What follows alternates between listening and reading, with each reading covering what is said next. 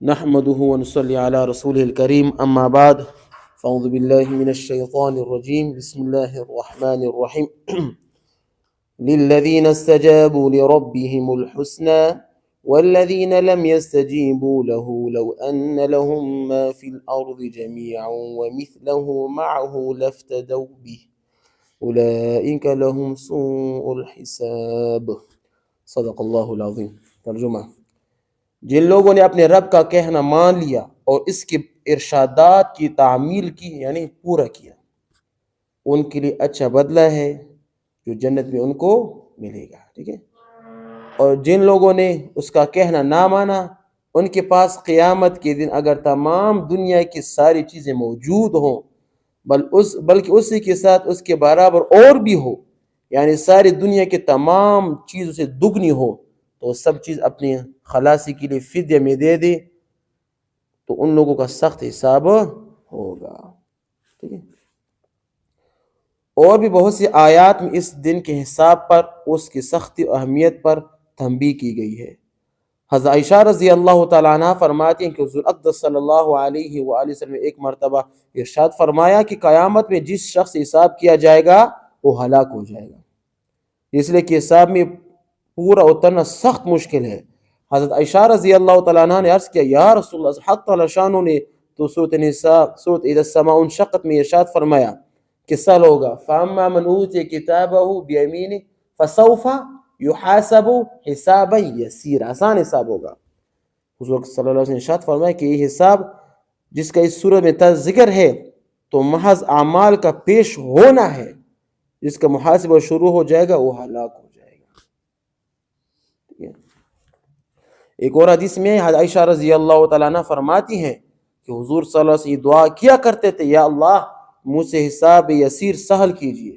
آمین. ہم دعا کرتے کہ اللہ آسان حساب آپ سے کر دیجئے. میں نے عرض کیا یا رسول اللہ صلی اللہ علیہ وسلم حساب یسیر کیا چیز ہے؟ حضور صلی اللہ علیہ وسلم فرمایا اس کا اعمال نامہ دے کر یہ فرما دیا جائے کہ اس کو معاف کر دیا جائے، لیکن جس سے محاسبہ ہونے لگے تو کیا ہو گیا عبداللہ؟ ہلاک ہو گیا. ٹھیک ہے. حضرت ابو ہریرہ رضی اللہ تعالیٰ عنہ حضور صلی اللہ علیہ وسلم کے ارشاد نقل کرتے ہیں کہ 3 چیزیں ایسی ہیں جس شخص میں یہ 3 موجود ہو اس کا حساب کیا ہوگا؟ سہل ہوگا، مطلب آسان ہوگا، اور حق تعالی شان اس کو اپنی رحمت سے جنت میں داخل کریں گے. کون کون؟ وہ 3 چیزیں یہ ہے کہ جو شخص تجھے اپنی عنایت سے محروم رکھے تو اس پر احسان کر، جو شخص تجھ پر ظلم کرے تو اس کو معاف کر، جو تجھ سے قطع رحم یعنی تعلقات قطع کرے تو اس سے صلہ رحمی کر. یہ بڑا مشکل ہے. ٹھیک ہے.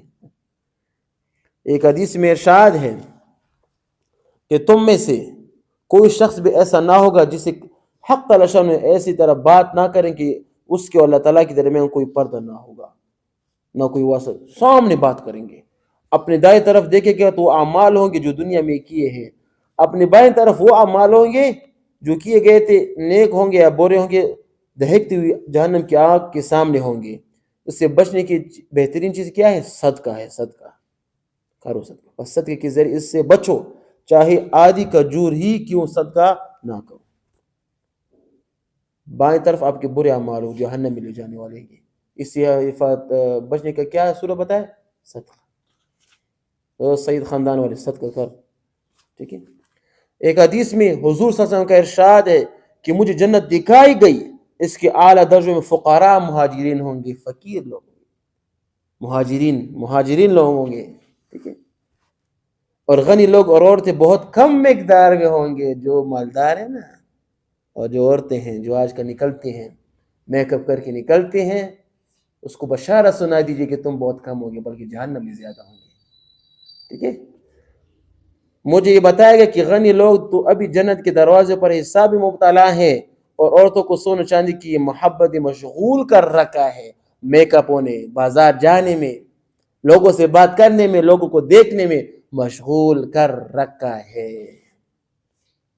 النساء مزامیر الشیطان او کما قال علیہ الصلاۃ والسلام، النساء حبائل الشیطان او کما قال علیہ الصلاۃ والسلام. دیکھو ذات طالبین میں اس کا کہتے ہیں کہ یہ عورتیں کیا ہیں؟ یہ کہ رسیاں ہیں شیطان کی. کھینچ لیتی ہے آدمی آپ کو. ٹھیک ہے.